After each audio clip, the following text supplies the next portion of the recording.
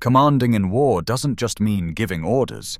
It means looking into the eyes of 18-year-old boys and sending them to die.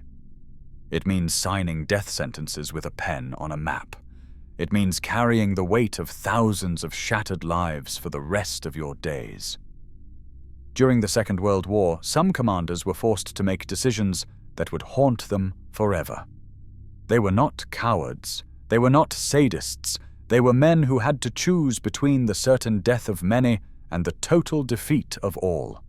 And that choice destroyed them from within. In this video, we will listen to the direct testimonies of the commanders who personally lived through this hell.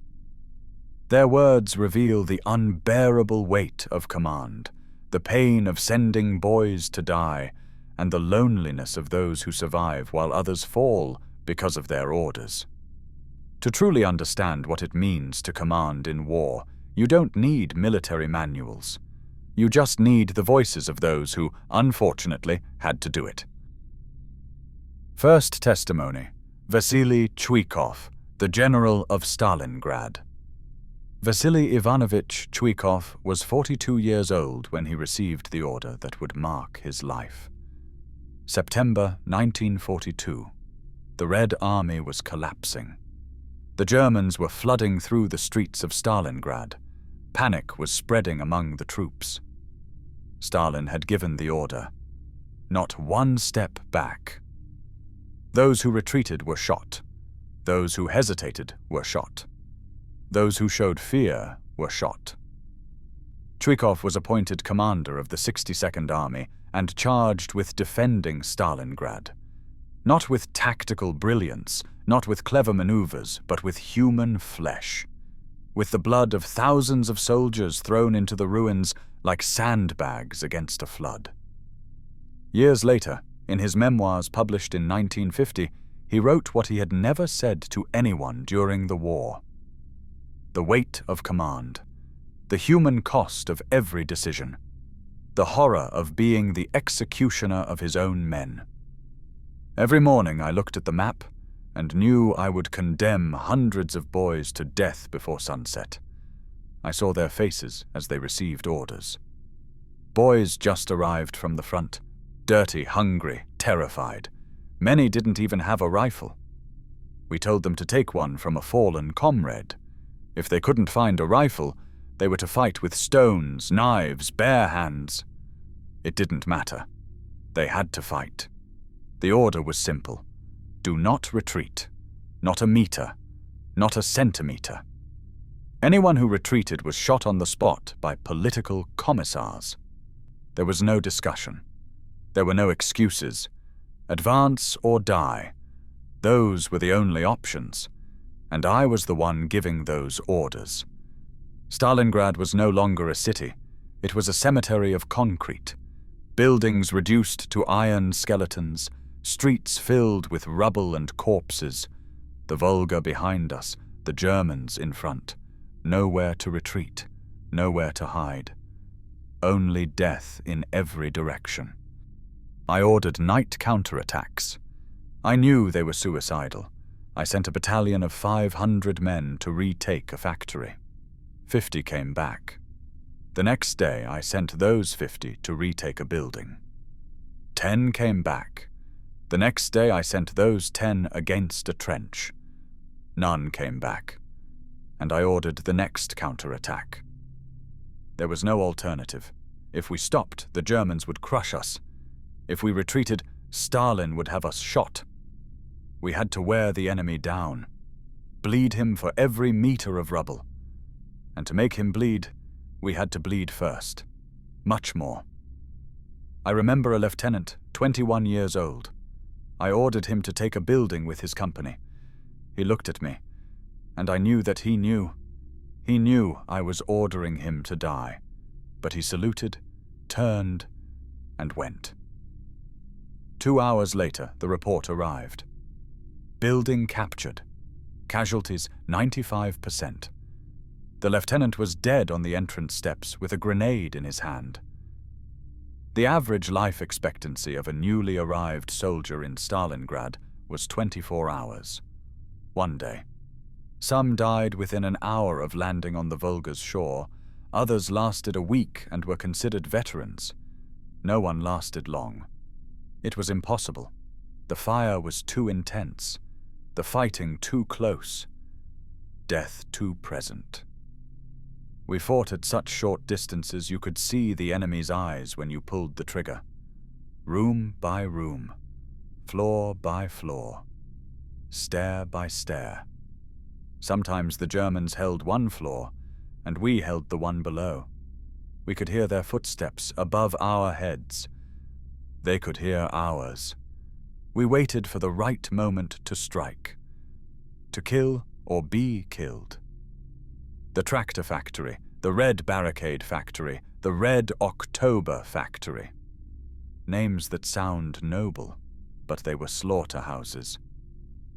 Huge hangars filled with broken machinery and corpses. We fought among furnaces and cranes, among wreckage and twisted metal.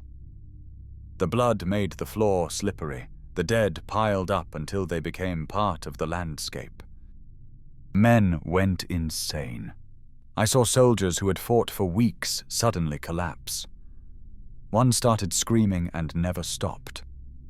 We tied him up to silence him, but he screamed until he died of exhaustion. Another accidentally shot a comrade, then shot himself. A third simply stood up and walked toward the Germans unarmed, arms open, until they killed him. The cold came in November. Temperatures below 20 degrees below zero.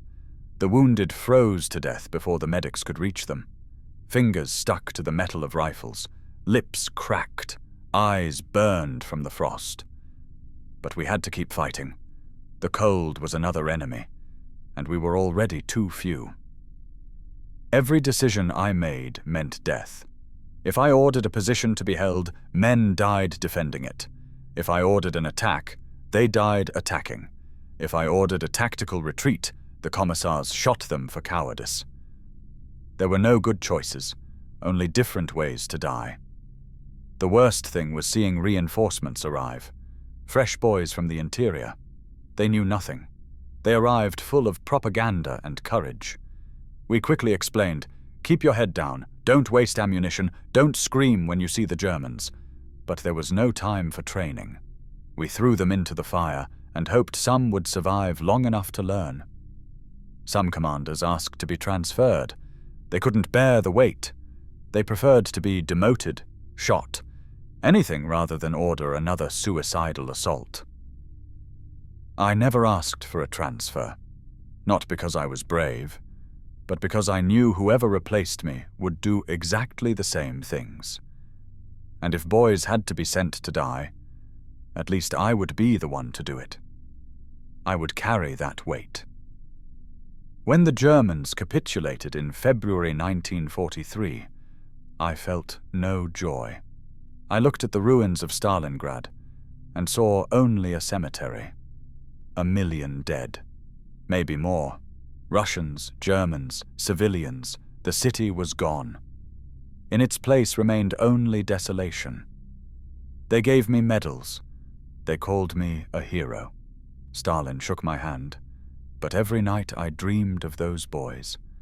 The ones I had sent to die, the ones who never came back, the ones who looked at me with trust before walking into hell. I won the Battle of Stalingrad, but I lost a part of myself in those ruins. The part that believed a human being could give such orders and remain human. Second testimony. Erwin Rommel. The letter from France. Erwin Rommel was 52 years old in June 1944. He was the legendary Desert Fox, the man who had fought in Africa with honor and respect even for his enemies. Now he commanded the Atlantic defenses in Normandy, and he knew it was the end. He no longer believed in the war. He no longer believed in Hitler. But he was a soldier, and soldiers obey, even when they know they're obeying insane orders, even when they know they're sending boys to die for a lost cause. A few days before D-Day, he wrote a letter to his wife, Lucy. That letter was the confession of a man who felt the crushing weight of command, a man who had to pretend confidence while everything was collapsing. The letter was published posthumously in 1953 in the Rommel Papers. My dear Lucy, I'm writing to you from La Roche-Guyon. It's raining outside. The sky is as grey as my mood. Every day I feel we're getting closer to the end. The Allies are about to land. We all know it, but we don't know where or when. And even if we did, we don't have enough men, enough tanks, enough ammunition to stop them. Hitler wants us to fight to the last man, to turn every beach into an impregnable fortress. But fortresses need soldiers, and our soldiers are 16-year-old boys and 50-year-old men. Boys who don't know how to shoot. Men too old to run. We put them in bunkers along the coast and tell them they're defending Germany, but they're only waiting to die. Every day I inspect the defenses. I see their faces. Some still have the light of hope in their eyes. They believe we'll win. They believe Germany will triumph. I have to nod and encourage them. I have to tell them we're ready, that we'll repel the invaders. But I know it's a lie, and they'll die believing that lie. The war we're fighting now no longer makes sense. In Africa, we fought for military objectives. There was logic, there was strategy. Here we fight only to delay the inevitable. Every soldier who dies on these beaches dies in vain. But I must keep giving orders, because I am a soldier, and soldiers do not surrender.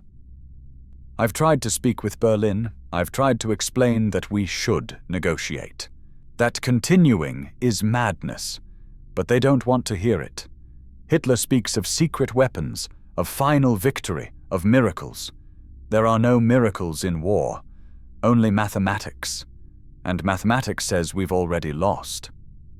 Yesterday I visited a grenadier division, boys fresh from training, 18, 19 years old. They greeted me enthusiastically. They wanted to fight for me, for Germany, for the Führer. I looked at them and saw dead men who still breathed. In a few weeks there'll be corpses on the beaches or in the valleys, and I'll have given the orders that killed them. An officer asked me, "Herr Field Marshal, will we win?" I replied, "Victory goes to those who fight with the greatest courage." I didn't have the heart to tell him the truth. That courage isn't enough. That when the enemy has 10 tanks for every one of yours, courage becomes just a nobler way to die. The Germany we knew is gone, Lucy. The Germany of Goethe and Beethoven, the Germany of honor and culture. What remains is only a mad regime dragging millions of people into the abyss. And I am part of this madness. I wear this regime's uniform. I carry out its orders. I send its boys to die. Sometimes I wonder if it would be better to surrender, to open the doors to the Allies and spare thousands of lives.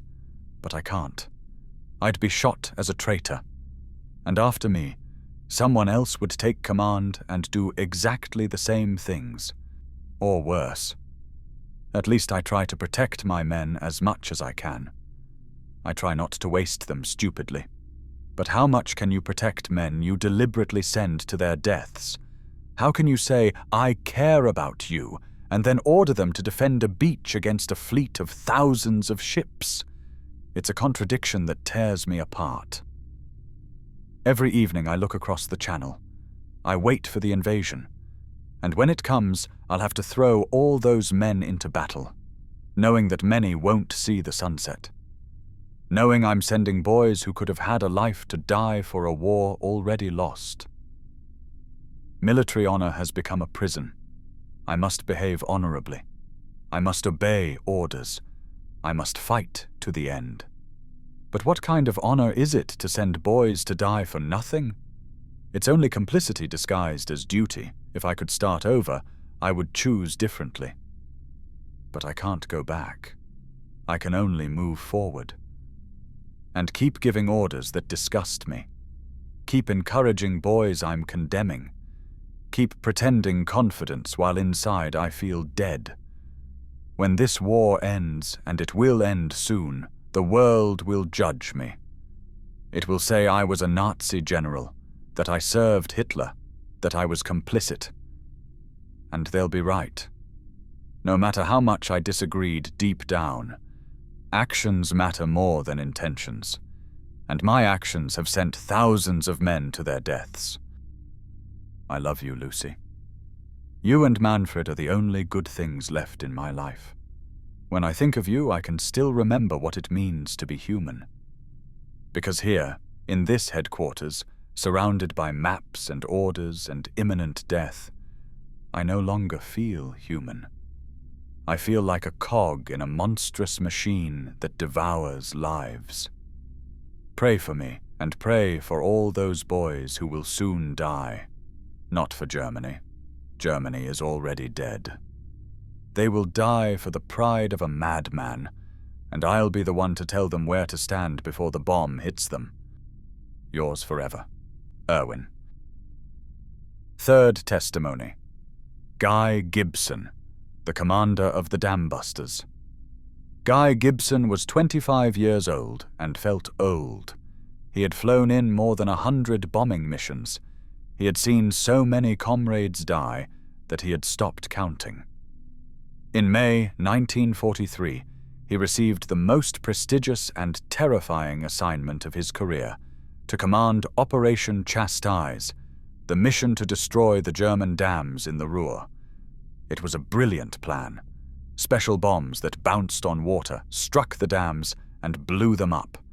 It would paralyze German industry, but it required flying at 20 meters altitude, at night, through the most heavily defended airspace in Europe.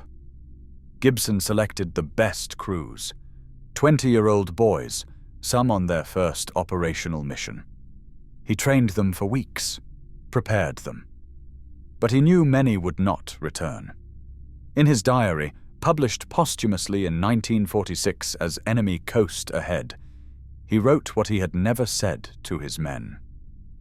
When I received the order to form Squadron 617, I immediately knew it would be a suicide mission disguised as a special operation. They don't tell you directly.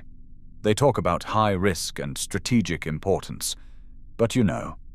When they ask you to fly that low over water at night, with the Germans firing from every direction, you know you're signing death warrants. I chose the best.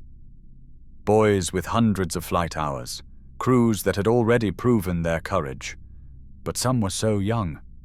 A bomber pilot means 21 years old and a life expectancy of 14 missions. My boys had already flown many more. They had survived when the statistics said they shouldn't have, and I was sending them on the most dangerous mission of all. Training was tough. We flew low over Derwent Water, simulating the attacks. Some crashed during training, dead before even seeing the enemy. I felt responsible, but we kept going because the mission was too important, because war doesn't forgive mistakes, because if we didn't do it, someone else would, and perhaps with worse results. On the night of May 16th, we took off. 19 Lancasters, 130 men. I watched them depart one after another. Some waved from the cockpit. They smiled. They were ready. They believed in me. They believed in the mission.